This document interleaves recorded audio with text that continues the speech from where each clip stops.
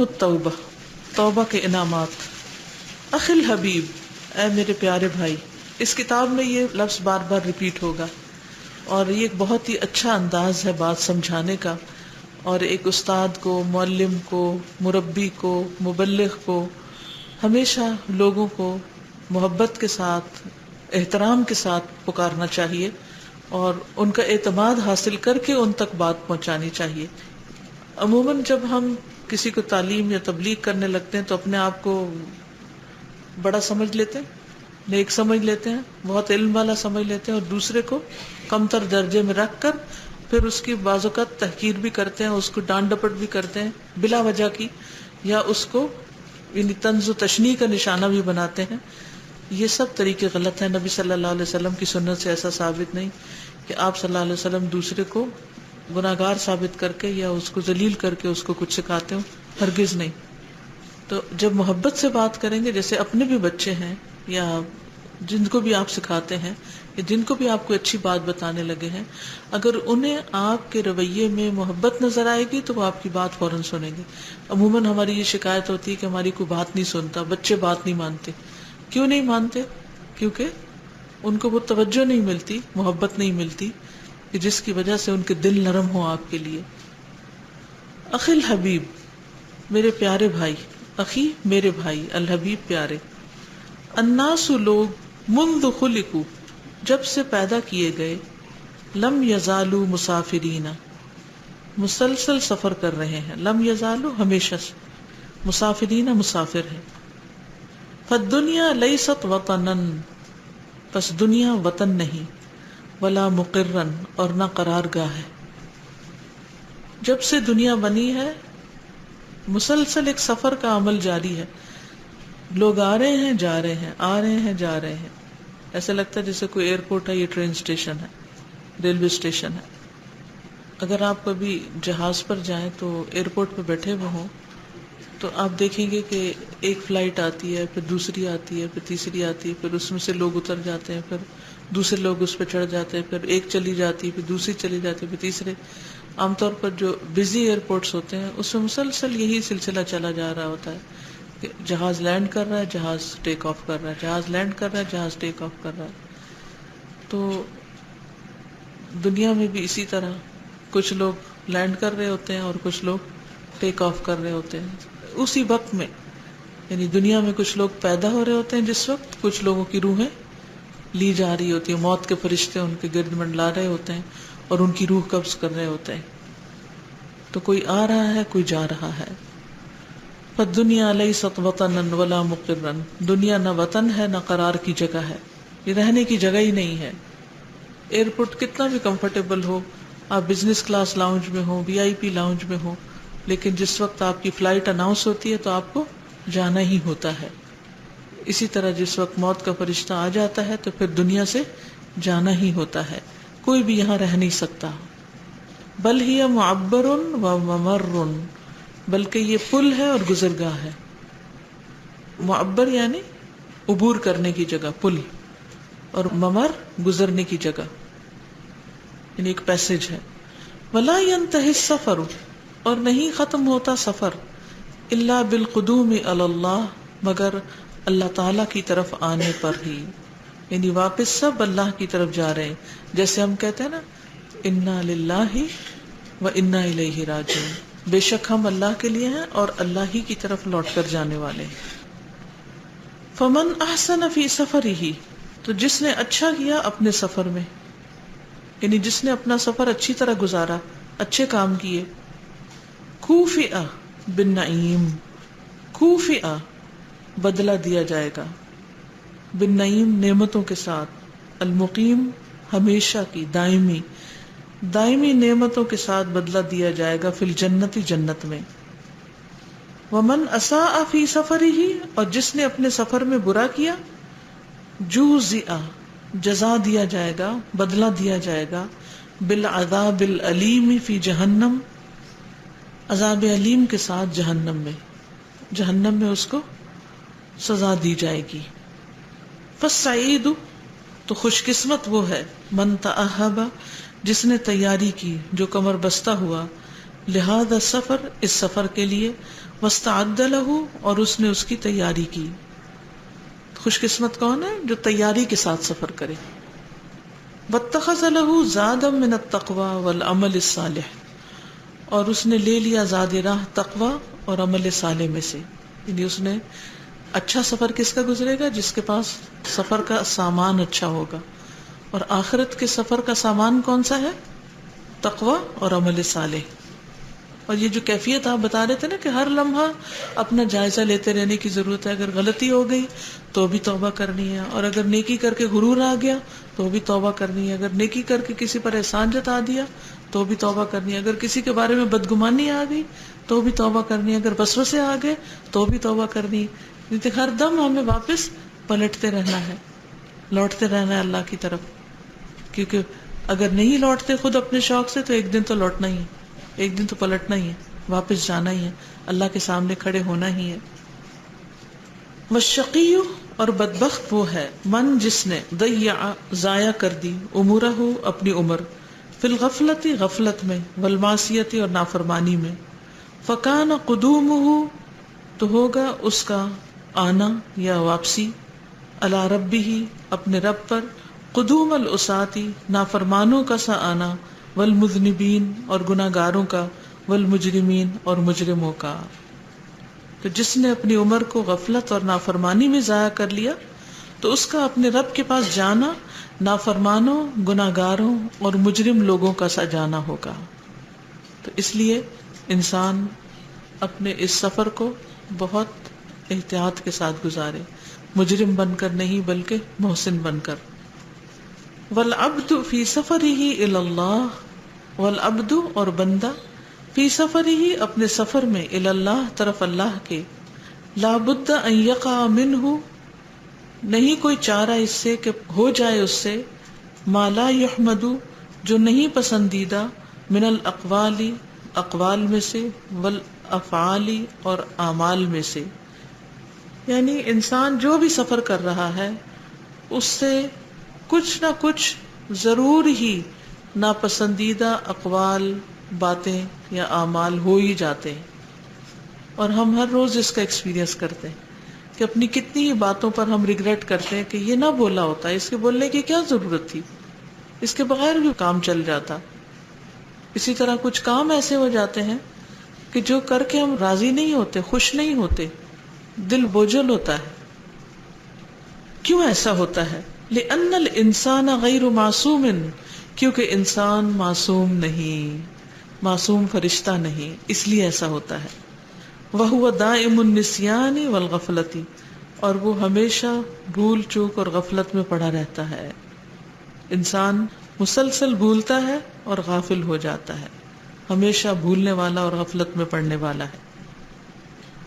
ولما كانت المعاصی سبب سخط اللہ علی العبد وانزال العقوبۃ به لم يترك الله عز وجل عباده اسرا للمعصیۃ وعرضة للحیرة والقلق، بل انعم علیہم بنعمة عظمی ومن علیہم بمنة کبریٰ وهي ان فتح لهم باب التوبة والانابة، ولولا ان وفق اللہ عبادہ الی التوبة وانعم علیہم بقبولها لوقع العباد فی حرج شدید واصابهم اليأس من المغفرة وقصرت هممهم عن طلب القرب من ربهم وانقطع رجاؤهم من العفو والصفح والمسامحة. ولما كانت اور جب کہ ہیں المعاصی گناہ سبب سخط اللہ اللہ کی ناراضگی کے، علی العبد بندے پر، و انزال اور اتارنے کے، العقوبت سزا کو بھی اس پر. یعنی کیونکہ گناہ جو ہیں وہ اللہ کی بندے پر ناراضگی اور سزا نازل کرنے کا سبب ہے. یعنی جب انسان غلط کام کرتا ہے تو اس سے اللہ تعالیٰ کی ناراضگی اور غصہ نازل ہوتا ہے. لم یترک اللہ عز وجل تو نہیں چھوڑا اللہ تعالیٰ نے عبادہ اپنے بندوں کو اسرا قیدی للمعصیت گناہ کا. یعنی گناہ اللہ کی ناراضگی کا سبب بنتے ہیں، لیکن اللہ تعالیٰ نے بندے کو گناہ کی حالت میں نہیں چھوڑ دیا، گناہ کا قیدی نہیں بنایا.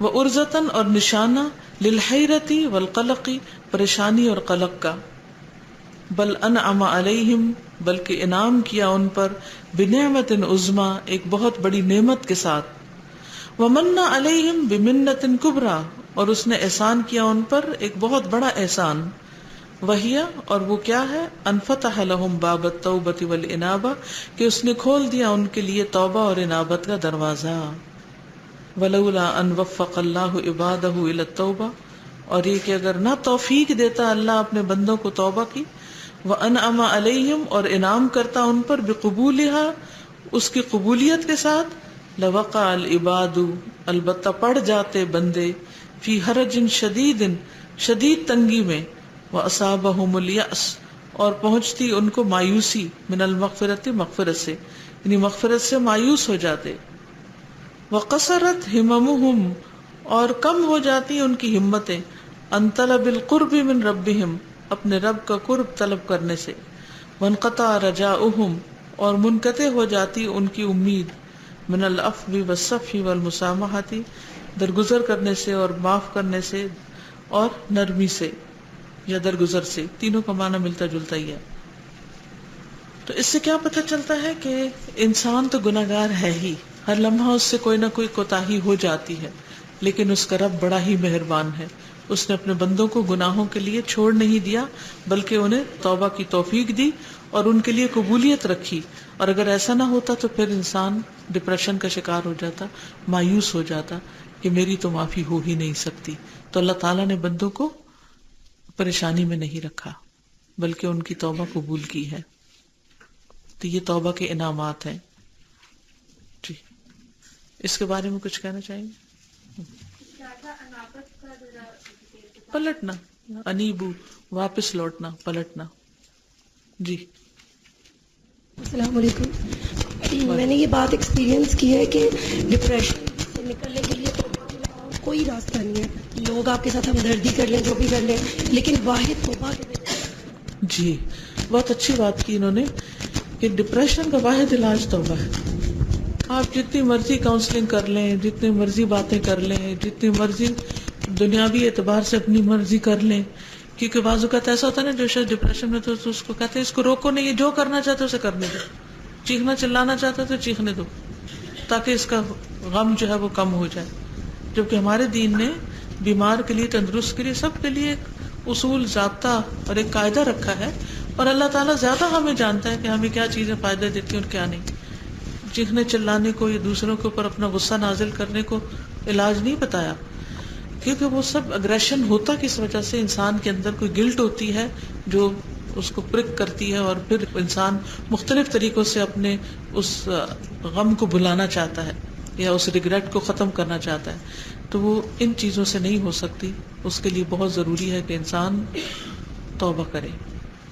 یہ ابھی آپ نے ہمیں جو پڑھایا ہے، بتایا کہ یہ اللہ تعالیٰ کتنے رحمان اور رحیم ہیں کہ ہم اتنی غلطیاں کرتے ہیں، اور جب تک ہماری زندگی ہے ہم غلطیاں کرتے ہی رہتے ہیں، رکتے تو نہیں ہیں، لیکن یہ شکر ہے اللہ تعالیٰ کا کہ اس نے توبہ کا دروازہ ہمارے لیے کھلا رکھا ہوا ہے۔